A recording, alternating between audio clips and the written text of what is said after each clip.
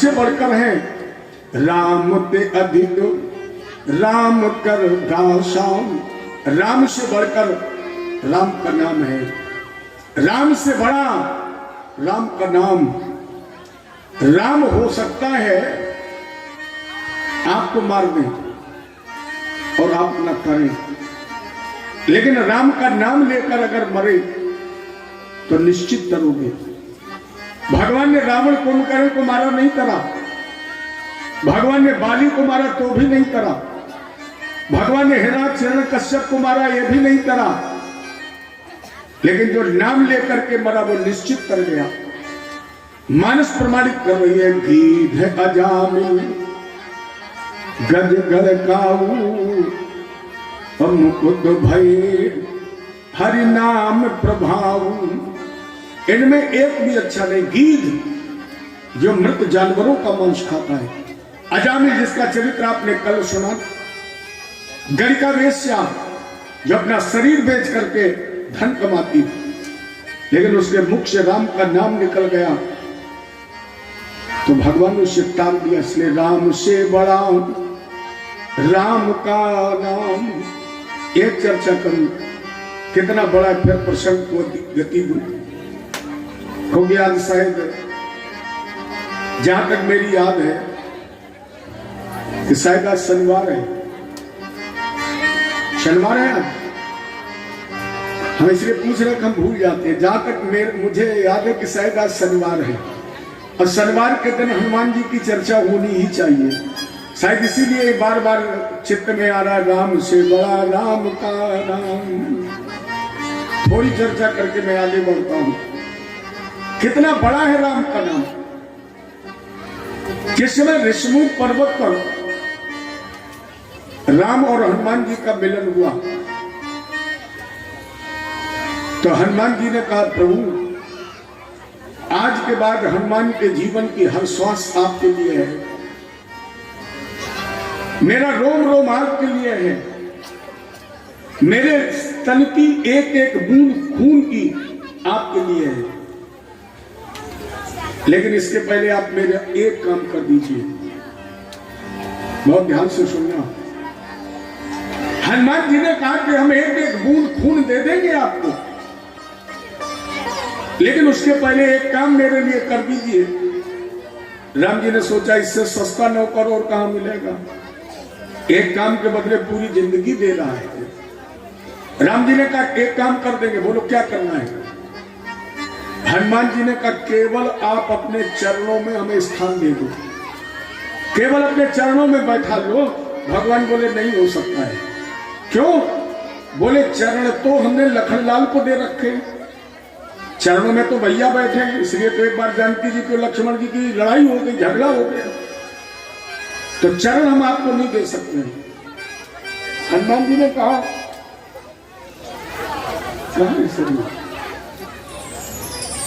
इतना छोटा सा काम आप नहीं कर सकते हैं। चलिए आप चरणों में जगह नहीं दे सकते, कोई बात नहीं, एक दूसरा काम कर दो। राम जी ने कहा दूसरा जरूर कर देंगे। बोलो क्या करना है? हनुमान जी ने कहा अपने हृदय में बैठा लो। अगर चरणों में जगह नहीं है तो आप अपने हृदय में बैठा लीजिए। भगवान राम हल्के से मुस्कुराए और बोले बेटा नो वैकेंसी, हृदय में भी जगह नहीं है। क्यों? बोले अगर सिया स्वयंवर के पहले मिले होते तो हम तुम्हें हृदय में बैठा लेते, लेकिन अब तो हृदय में जानकी जी बैठी है, चरणों में लखनलाल बैठे हैं, हृदय में जानकी जी बैठी हैं, जगह नहीं है। हनुमान जी ने कहा अच्छा आपके पास जगह नहीं है, अगर मैं आपके लिए कोई काम करूं तो आप मुझे आशीर्वाद देंगे? राम जी ने कहा मेरे लिए काम करोगे तो हम क्यों नहीं आशीर्वाद देंगे? बोलो करो।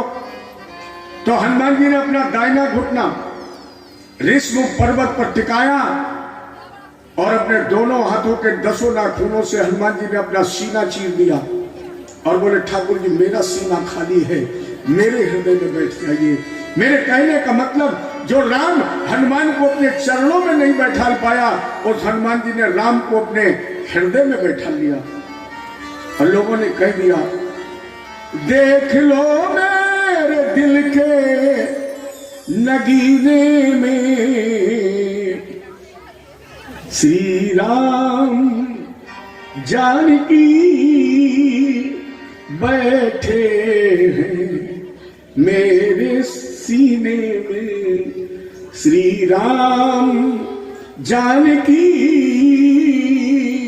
बैठे हैं मेरे सीने में। देख लो मेरे दिल के नगीने में, देख लो मेरे दिल के नगीने में श्री राम जानकी बैठे हैं मेरे सीने में, श्री राम जानकी बैठे हैं मेरे सीने में, श्री राम श्री राम श्री राम श्री राम। पहला प्रमाण। दूसरा प्रमाण, जिस समय जानकी की खोज हुई, सबसे अंत में हनुमान जी ने प्रणाम किया, राम जी ने अंगूठी उतारी और हनुमान जी को दे दी। आपको पता है राम जी ने जो अंगूठी दी है उस अंगूठी में क्या लिखा है? अगर पता है आप लोगों को बताइए, क्या लिखा है अंगूठी में जो हनुमान जी ने को राम जी ने दी है? नहीं पता है? भगवान राम ने हनुमान जी को जो अंगूठी दी है उस अंगूठी में लिखा है राम का नाम। क्या लिखा है? राम नाम। और हनुमान जी ने अंगूठी उलट पलट करके देखी और मुंह में डाल ली। जैसे मुंह में डाली, भगवान राम मुस्कुरा दिए। हनुमान जी ने पूछा, मुस्कुरा क्यों रहे? राम जी ने कहा, पागल हो, आज हमें पता लगा बंदर बंदर ही होता है। अरे हमने तुम्हें अंगूठी दी है, कोई चॉकलेट थोड़ी दी है कि तुमने मुंह में डाल दी। अंगूठी तो उंगली में पहनने की चीज है। हनुमान जी ने कहा, वो आपके लिए अंगूठी है, मेरे लिए अंगूठी नहीं है। राम जी ने पूछा, अगर तुम्हारे लिए मुद्रिका नहीं है तो क्या है? हनुमान जी ने कहा, ये अंगूठी मेरी गुरु है, गुरु ही तो नाम देता है। तो गुरु है अंगूठी, और अंगूठी रूपी गुरु ने मुझे क्या दे दिया है? नाम। और हनुमान जी ने कहा, नाम भगवान का मुंह में अच्छा लगता है, अब मुंह में ना हो और गले में ताबीज टंगा हो, क्या फायदा है? तो हनुमान जी ने कहा, ये अंगूठी मेरे लिए गुरु है, और गुरु रूपी अंगूठी के माध्यम से मुझे राम का नाम मिल गया है। और राम जी, राम का नाम मुख में शोभा देता है, उंगली में शोभा नहीं देता है। और जैसे हनुमान जी ने अंगूठी मुंह में डाली, तो हनुमान जी ने वो किया है जिसकी कल्पना राम जी ने स्वप्न में भी नहीं की थी। शायद राम जी ने अंगूठी देने से पहले सोचा भी नहीं होगा कि इस अंगूठी के माध्यम से हनुमान जी क्या करेंगे।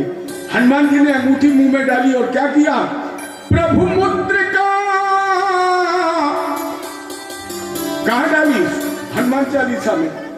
प्रभु मुद्रिका मेल मुख माही, और जलधि लांग गए अचरज नाही। हनुमान जी ने अंगूठी मुंह में रखी, आवाज लगाई, जय श्री राम,